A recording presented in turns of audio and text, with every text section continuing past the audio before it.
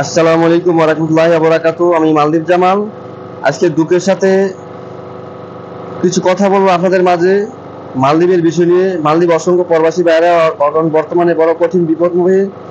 প্রতিনিয়ত ওনারা স্ট্রোক করছে, এমনকি আত্মহত্যা করছে। লক্ষ লক্ষ টাকা ঋণের বোঝা নিয়ে ওনারা মালদ্বীপ দালালের চক্রান্ত পড়ে আজকে মালদ্বীপে। ওনাদের নাই চাকরি, নাই খাওয়া দাওয়া, নাই অবস্থা, ভীষণ খারাপ।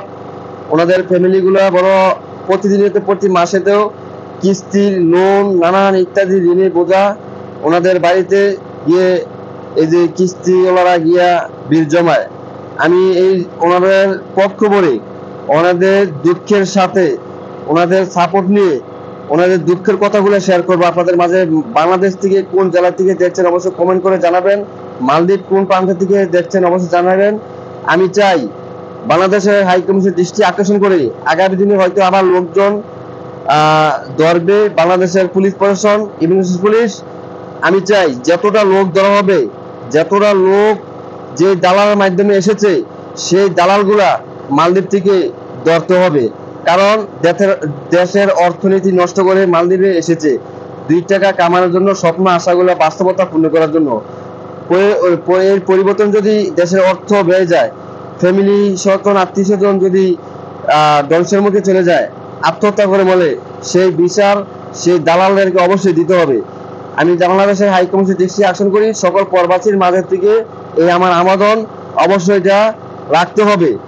আর একটি দ্রুতভাবে যে সমস্ত প্রবাসী ভাইয়েরা অনেক দুঃখের সাথে বলতে হয়, আসছে আমলে একটা চাকরি যদি দিতে যায় তারপরে ঘুষ খাইতে হয় বাংলাদেশের 1000 2000 রুপিয়া খায়া তারপরে একটা চাকরি দেয়। 15 দিন 1 মাস 2 মাস কাজ চলে, পরে কাজ নাই। একটি সময় একটা পাসপোর্টের ফটোকপি হলে একটা পাসপোর্ট থাকলে চাকরি দিতে পারছি। আমার মতন অসংখ্য মানুষের সহযোগিতা করছে বিনা পয়সায়। আজকে সেই জায়গাটা নাই। আজকে বাঙালিরা একমাত্র ঘুষের পরিবর্তন হয়েছে সেই জায়গায়। আমি চাই এটা কঠোর পরিবর্তন হতে হবে।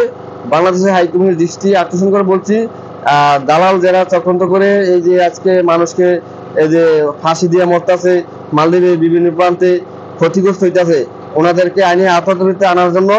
আর এই মানুষের নিরীহ মানুষগুলাকে আইনে 1 থেকে 2 লাখ টাকা লাভ করে ওনারা ঘরবাড়ি করবে, বিল্ডিং দলান করবে, তাদের পরিবার স্বজন নিয়ে ভালো থাকবে, সেটা কোনো ভালো টাকা না। সেইটার অবশ্যই ভূমিকা নিতে হবে। সেই টাকা পয়সা জায়গা জমি বিক্রি করে হইলেও যে সমস্ত ভাইরা দেশে চলে গেছে বিপদমুখী হয়ে এদের মালদ্বীপের মাটিতে আত্মহত্যা করছে, স্ট্রোক করছে, টেনশন পেনশন এনে সেই দায় সেই ঋণের বোঝা এই দালালদেরকে নিতে হবে। সেটা অবশ্যই তদন্ত করে বাড়ি করতে হবে। আশা করি ব্যাপারটা বুঝছেন। সবাই আপনারা বেশি করে শেয়ার করবেন, কমেন্ট করে আপনাদের মতামত জানাবেন। সবাই ভালো থাকবেন, সুস্থ থাকবেন। অবশ্যই আমার জন্য দোয়া করবেন। আমার শরীরটা মোটামুটি কিছুদিন ধরে অসুস্থ। আমার কণ্ঠ, আমার ঠান্ডা শরীরে ঠান্ডা জ্বর অনেকটা সমস্যা নিয়ে আছি। তারপরেও হক কথা আপনাদের কাছে অনেক দুঃখের কথা নিয়ে আপনাদের এই অনলাইন সোশ্যাল মিডিয়া দেখে আমার মন মানলো না, যার কারণে আমি আপনাদের মাঝে আমার এই কথাগুলো শেয়ার করতে হলো। প্রবাসী দুঃখের অত্যন্ত দুঃখীদের ভাইদের পাশে আমি 2টা কথা ওনাদের পক্ষ নিয়ে বললাম। অবশ্য সবাই একমত হয়ে আপনাদের মতামত জানাবেন। সবাই ভালো থাকবেন, সুস্থ থাকবেন। আসসালামু আলাইকুম, খুদা হাফেজ, বাই বাই।